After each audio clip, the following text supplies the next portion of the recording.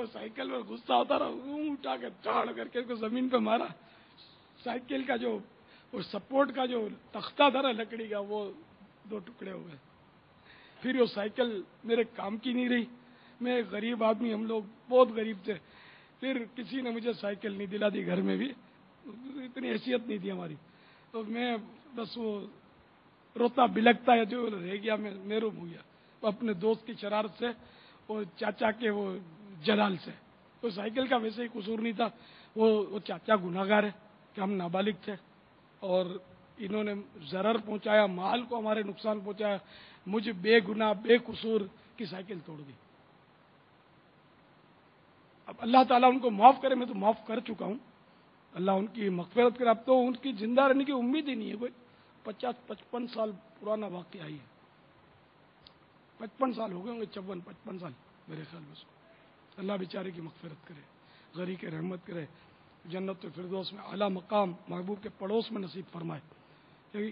ان مانو کر تو قصور تھا میرا کہ لگا تو میں ہی تھا. قصور نہیں کہیں گے اس کو، دھکے مارنے والے قصور ہے. جس نے دھکا مار کے ٹکرا دی، ہاں شرن تو وہی قصوروار ہے. میں تو لاچار تھا، میں نے جان بوجھ کر کیا بھی نہیں تھا. نہ میری یہ کوالٹی تھی کہ میں اس طرح بڈھوں کو ستا کر لطف اندوز ہوں. میں ستا ہوں قصدن تو، لیکن کرنے والے تو کرتے ہی نا اس طرح.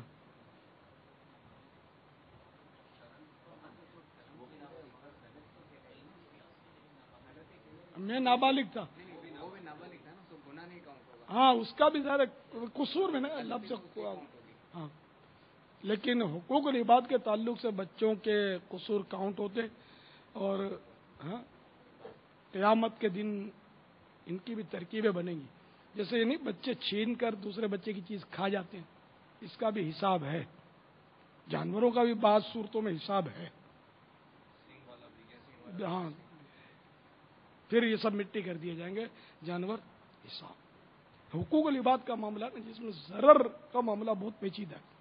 کہ بچے نے، وہ بچہ بسکٹ کھا رہا تھا، دوسرا بچہ لپکا اس کا بسکٹ چھین کے کھا گیا، تو اس کا حساب ہے. یہ بچے کو، اس کو یہ بسکٹ جو بھی نقصان، اس کی پیمنٹ کرنی پڑے گی. واللہ تعالی اعلم ورسولہ اعلم صلی اللہ تعالی علیہ وآلہ وسلم. ہو گیا ان کا بوڑھے صاحب بڑے میں کا. ہاں بس میں نے عرض کر دیا کہ بس چپ ہو جائیں، غصہ نہ کریں. غصہ آ جائے گا، نہ کریں یہ بھی اب کیا مطلب کہہ سکتے، آ گیا چپ ہو جائے، کچھ بولے نہیں. اعوذ باللہ من الشیطان الرجیم پڑھ لیں، شیطان پر لاحول بھیجیں کہ اب شیطان نے ایک ایسے سبب پیدا کر دیا کہ آپ بہت سارے گناہوں میں پڑ سکتے ہیں. اگر بولے اور ہاتھ اٹھایا اور جھاڑا گھورا کچھ بھی نہیں، آپ چپ ہو جائیں، بولے کچھ نہیں بس، تو انشاءاللہ بہت سارے گناہوں سے بچ جائیں گے. اپنی عزت بھی آپ کی سلامت رہے گی، ورنہ بے عزتی بھی ہوگی نا. آپ یہ بڑبڑ کریں گے تو لوگوں پر آپ کا اثر خراب پڑے گا. اپنے آپ کو یہ ذلت پر آپ پیش کر دیں گے کہ لوگ آپ سے بدظن ہوں گے، نفرت کریں گے.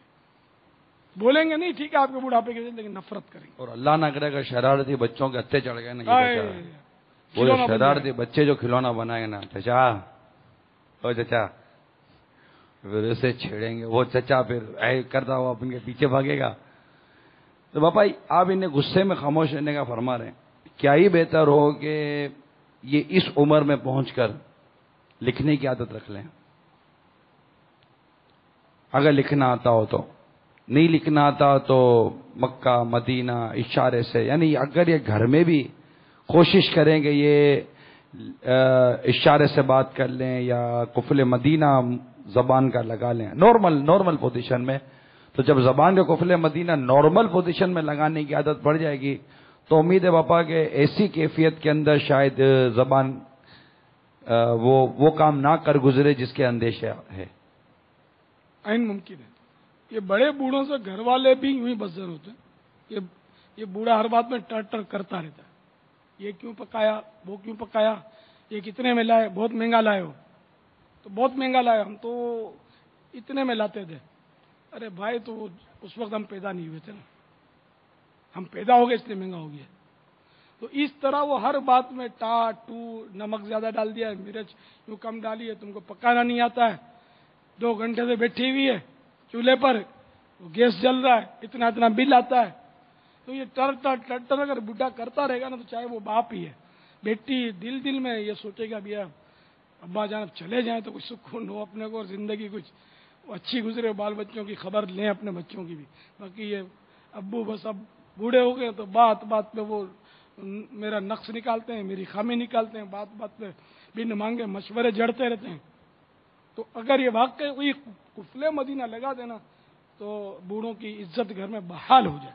بولے نہیں تو گھر میں یہ معزز ہو جائے. گھر میں ان کی ریوڑی دانا دانا، ہم بولتے ہیں ریوڑی دانا دانا ہوتی ہے ان کی کوئی ویلیو نہیں ہوتی گھر میں بوڑھوں کی. بوڑھے باپ کو اولاد بات بات پہ میں نے دیکھا ٹوکتی رہتی ہے. جب کوئی مہمان بھی آتا ہے نا، میں نے بعض جگہ سمجھا ہے لوگوں کو، مہمان جب آتا ہے نا ان کے سامنے اور ابو بوڑھے ہیں بیچارے تو کچھ بولنے جاتے ہیں تو وہ بیٹا اشارہ کرتا ہے ابو بس بس بس، ابو نہیں نہیں. اب مہمان بھی دیکھ لیتا ہے کہ یار یہ ابو کی ویلیو نہیں ہے بیٹوں کے سامنے. پھر کبھی کبھی مہمان سمجھدار ہوتا ہے تو ابو کو بیٹوں کو سمجھاتا ہے کہ یار بیچاروں ایسا تو مت کرو یار، دوسروں کے سامنے تو ان کو اس طرح مت روکو بولنے. اس طرح بھی ہوتا ہے. یہ بھی غلط ہے کہ وہ ابو کی اس طرح دل آزاری ہوتی ہے روکنے سے. سب کے سامنے الگ سے حسن تدبیر سے ابو کو سمجھائیں. اگر آپ کو یوں لگے کہ ابو سمجھ جائیں گے، نہیں سمجھتے اور مزید جھگڑا ہوتا ہے تو پھر اب صبر کریں، دعا کریں. اور کیا. اگر ابو فاسٹ بولر ہوئے نا اس ٹائم پر اور بیٹے نے بولا ابو کیا چپ ابو کر رہا ہے، کیوں چپ کرا رہا ہے میرے کو، میں غلط بولتا ہوں، میں صحیح تو بول رہا ہوں. کون سی بات غلط بولی؟ کون سی بات غلط بولی؟ اب جو ابو کاٹتے ہیں نا اس کی تو مہمان بھی سمجھ آتا ہے کہ اسے منع بھی غلط کیا. وہ بھی سب مہمانوں کے سامنے جو ہو رہا ہوتا ہے نا وہ نہ ہونے والا بھی ہو رہا ہوتا ہے. مہمان بھی دیکھو نا سمجھتا. اگر بوڑھا آدمی کچھ وہ بیٹنگ شروع کر دے نا، کوئی سمجھتا ہے کہ بزرگ آدمی ہے چپ چاپ سنتے رہو گیا، تو وہ مطلب ہے کہ وہ لگاتا ہے چوکا تو وہ کیچ کر کے سنبھال کر مہمان رکھتا رہتا. مروبت میں بول نہیں سکتا کچھ. تو یہ ہوتا ہے بوڑھے ڈسٹرب کرتے. بوڑھا سویا ہوا اور مہمان آئے تو گھر والے خوش ہوتے ہوں گے کہ اب ابو سوئے ہوئے، ہمارے دادا جی کو نیند آ گئی ہے. باقی بہت مشکل ہوتا ہے کہ بزرگ اگر بیچ میں بیٹھ جائیں اور یہ جو مذاکرات اور مکالمات جو گھر کے ہوتے ہیں نا وہ خیر و خوبی سر انجام پائیں. یہ بڑا دشوار ہوتا ہے. کچھ نہ کچھ یہ مطلب ہے کہ وہ پنگا ڈال دیتے ہیں بازوں کا. تو ان کو یہ سمجھنا چاہیے کہ ان کو بس بولنا نہیں چاہیے. بھلے بیٹھیں گے پھر آپ کو بلائیں گے، بلا کر بٹھائیں گے آپ کو. آپ بولو گے نہیں تو بولو گے تو یہ آپ پھر مہمان کو اس ٹائم پر بلائیں گے جب آپ سوئے ہوئے ہوتے ہیں. تو اس لیے پھر اٹھ کے دمال ہوتی ہے وہ پتہ چلے گا میرے کو اٹھایا کیوں نہیں، پتہ ہی نہ چلے تو احتیاط کرتے ارے ہیں. بابا یہ سب کچھ ہو گیا ان کے لیے جو. اچھا یہ بوڑھوں کے لیے نہیں ہے، یہ ڈوسیاں بھی ایسی ہوتی ہیں، بوڑھی عورتیں بھی ایسی ہوتی ہیں. آج ان پر ہاں بوڑھیاں بھی یہ ان کا پھر ماحول عورتوں میں پھر یہ بھی ایسی ہوتی ہیں کہ بس. تو یہ دونوں کے لیے مدنی پھول ہے کہ قفل مدینہ لگائیں.